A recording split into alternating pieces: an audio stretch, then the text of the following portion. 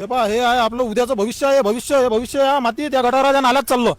हे उद्याचं भविष्य आहे म्हणजे सरकारले लाजा शर्मा जरा इकल्या या लोकांना आणि इच्छा लोकांनाही लाजा इकल्या. असं झालं कितीतरी वर्ष झाले की हे पाणी यामधून बाहेर चाललं नाही आहे.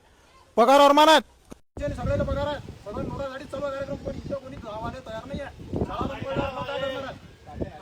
आज शाळा बंद पडायला रगारवर आहेत आणि एवढेच मुलं जिल्हा परिषदला शिकून राहिले. हे शिकून राहिले हेच आपल्या मोठं भाग्य आहे. नाही तर जिल्हा परिषदमध्ये कोणी शिकायला तयार नाही आहे. ते लोक कशात पाठवून राहिले हेच तुम्ही विचार करून राहिलो की इथं मुलं पाठवणं म्हणजे हे याच्या शाळेवर एक भरोसा आहे म्हणून मुलं पाठवून राहिले. नाही तर जिल्हा परिषदमध्ये कोणीच मुलगा पाठवत नाही. आणि तुमच्या शाळेमध्ये येऊन राहिले तर तुमची अवस्था अवस्था आहे का? हे बिमारी नाही एखादा म्हणून जायचं त्याला जबाबदार कोण राहील? तुम्ही जास्त जर एखाद्या पोराला झाला याच्यातून भाऊ खेळायला भेटते का शाळेत आपल्या गावात? काहीच नाही भेटत. काऊन नाही भेटत? तुम्ही खेळतच नाही शाळेत. काऊन नाही भेटत तुम्हाला खेळायला? मोठी शाळा आहे की 5-6 एकराचं माणूस मेला तरी इथं कामं होत नाहीत भाऊ. इथं बेकार काम व्हायला. दर्यापूर तालुक्याची अवस्था बोगस आहे. इथं माणूस मेला तरी काम होणे नाही आहे. नमस्कार मित्रांनो, मी रावण सरकार. तुम्ही पाहू शकता की हे जिल्हा परिषद शाळा आहे. हे शाळा जिल्हा परिषद म्हणजे मला वाटते हे नगर कोणतं आहे ते? साईनगर, बरोबर आहे ना भाऊ? कंटिन्यू पाणी जमा होते. याच्यासाठी काही तोडगा काढला का या लोकांनी? इथं अंदाजी तोडगा काढला का? इथं काही नाही, काहीच केलं नाही. मग आता लोक म्हणतात की जिल्हा परिषदमध्ये लेकरू शिकू नका, लय जणांचे असं म्हणणं आहे. पण अशी जर अवस्था असली तर खरोखर लोक इथं लेकरं शिकवतील का? मला असं वाटतं की सर्वात मोठी शाळा हे दर्यापूरची जिल्हा परिषदची आहे आणि इथं भरपूर प्रमाणात लेकरं आहेतही.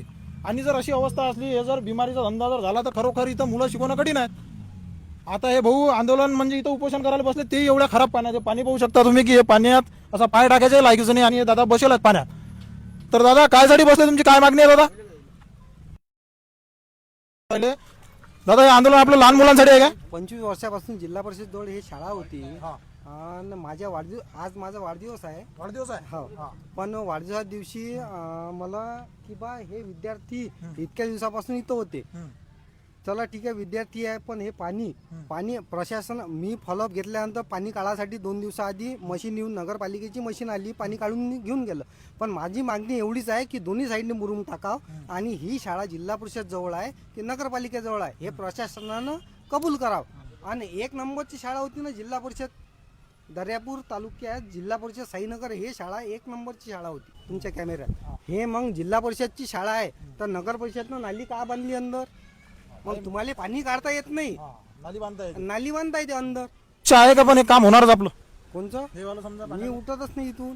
मुरुम मला फक्त काय पाहिजे, दोन्ही साईडनं जिल्हा परिषद दोन्ही साईडनं मुरुम टाकून पाहिजे. लहान मुलं पाहू शकता तुम्ही, लहान मुलं आहेत. आता ही शाळा सुटलेली आहे.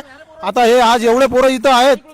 जर हे पाणी जर असंच राहिलं नेहमी तर हे पोरं शिकणार नाही. हे शाळा बंद पडणार आहे आणि हे आपण आपल्या हाताने शाळा बंद पाडणार आहे. हे लक्षात ठेवा तुम्ही.